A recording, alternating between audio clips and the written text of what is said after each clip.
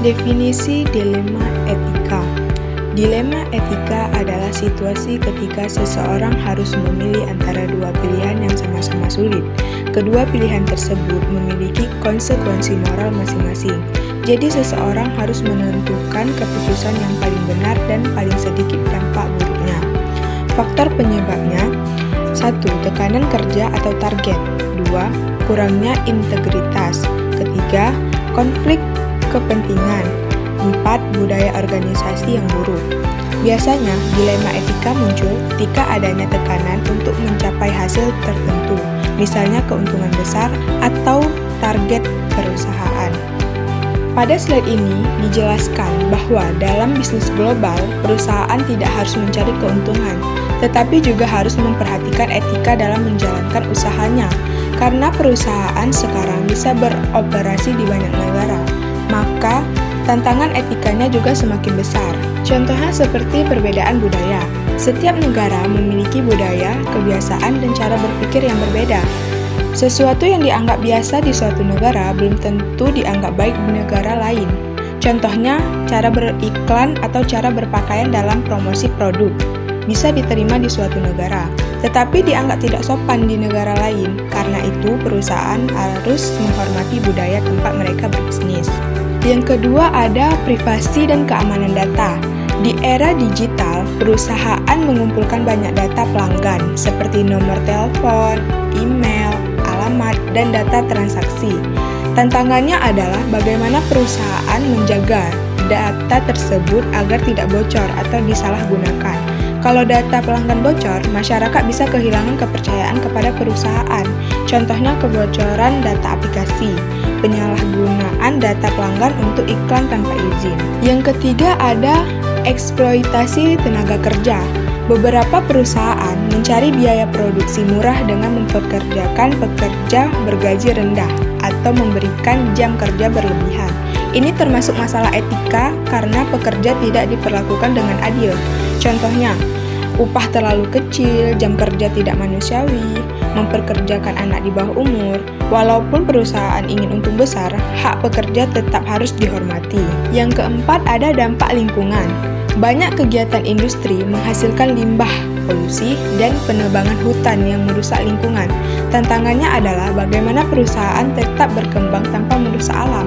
Contohnya seperti penebangan hutan untuk industri, limbah pabrik mencemari sungai, polusi udara dari kendaraan atau pabrik. Jadi, perusahaan harus memikirkan dampak jangka panjang terhadap lingkungan dan masyarakat. Pada slide ini dibahas tentang kasus pelanggaran profesionalisme, yaitu kasus Enron dan KAP Anderson. Kasus ini terkenal karena adanya manipulasi laporan keuangan perusahaan. Enron adalah perusahaan besar di Amerika yang terlihat sangat sukses, tetapi sebenarnya perusahaan memiliki banyak utang dan kondisi keuangan yang buruk. Agar investor dan masyarakat tetap percaya, laporan keuangan perusahaan dimanipulasi supaya terlihat untung. Masalahnya, akuntan publik dari KAP Anderson yang seharusnya memeriksa laporan secara jujur malah ikut membantu menutupi keadaan sebenarnya. Disinilah muncul dilema etika antara loyalitas kepada klien yang membayar jasa mereka atau menjaga integritas dan kejujuran sebagai auditor. Karena lebih memilih kepentingan bisnis dan uang, mereka melanggar kode etik profesi. Dampak kasusnya itu adalah perusahaan Enron menjadi bangkrut, banyak karyawan kehilangan pekerjaan, investor mengalami kerugian besar, nama baik KAP Anderson hancur. Pelajaran yang bisa diambil dari kasus ini, seseorang profesional harus tetap jujur walaupun mendapat tekanan dari perusahaan atau atasan. Integritas lebih penting daripada keuntungan sesaat. Selanjutnya kita akan membahas tentang etika dalam penjualan produk. Khususnya bagaimana seorang sales terkadang memberikan informasi berlebihan demi mencapai target penjualan. Contohnya, seorang sales produk kecantikan mengatakan bahwa produknya aman untuk semua jenis kulit dan tidak memiliki efek samping. Padahal, kenyataannya tidak semua orang cocok menggunakan produk tersebut. Tujuannya supaya pelanggan tertarik membeli dan target penjualan tercapai. Dan muncullah dilema etika, yaitu antara berkata jujur kepada pelanggan atau melebih-lebihkan informasi demi keuntungan. Dampaknya adalah konsumen merasa tertipu, produk bisa merugikan kesehatan pelanggan, kepercayaan masyarakat menurun, nama perusahaan menjadi buruk. Penerapan etika profesional. Dalam dunia kerja, etika profesional sangat penting agar tercipta lingkungan kerja yang sehat dan terpercaya. Beberapa etika profesional. Yang pertama, jujur dan tidak menipu. Yang kedua, bertanggung jawab. Yang ketiga, bersikap adil. Yang keempat, transparan. Yang kelima, menjaga kerahasiaan data. Yang keenam, mematuhi hukum.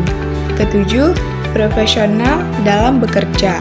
Yang ke-8, menghindari konflik kepentingan. Yang ke-9, saling menghormati.